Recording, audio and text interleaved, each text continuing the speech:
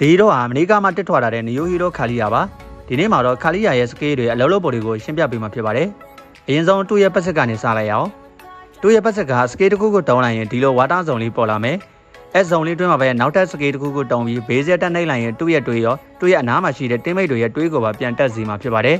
မရလို့ရောက်ဆိုရင်တော့ water zone လေးပေါ်မှာ scale တောင်းပြီး base တက်ချရင်တွေးတက်မယ်ဆိုပြီးတော့လွယ်လွယ်လေးမှတ်ထားပါကဲ scale 1ကိုကြည့်လိုက်အောင်Scale 1က AOE ဒမေးဖြစ်လို့ raid တွင်းမှာရှိတဲ့ enemy တွေအားလုံးကို physical ဒမေးထိစေမှာဖြစ်ပြီး slow effect လည်းထိစေမှာဖြစ်ပါတယ်ဆိုတော့ Scale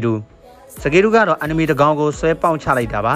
တကယ်လို့ wall စီးတယ်ဆိုရင်တော့ Scale 2နှစ်ခါတုံးလို့ရမှာဖြစ်ပြီးပြန်ဆင်းချတဲ့နေရာမှာ enemy တွေရှိနေရင် enemy ကို physical ဒမေးနဲ့လေးပေါ်မှာ knock-in ဖြစ်စေမှာဖြစ်ပါတယ်နောက်ဆုံး ultimate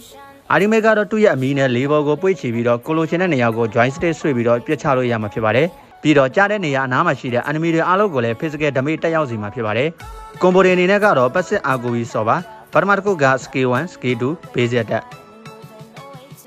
ဒုတိယတစ်ခုက scale 2 scale 2 scale 1 base attack တတိယတစ်ခုက scale 2 scale 2 scale 3 scale 1 base attack ဒီလိုကိုစော့ကြည့်ပြီးတဲ့တူတွေရှိရင်လည်းစော့ရတဲ့ခန်းစားချက်လေးဘယ်လိုရှိလဲဆိုတော့ comment မှာပြောတော့လို့ရပါတယ်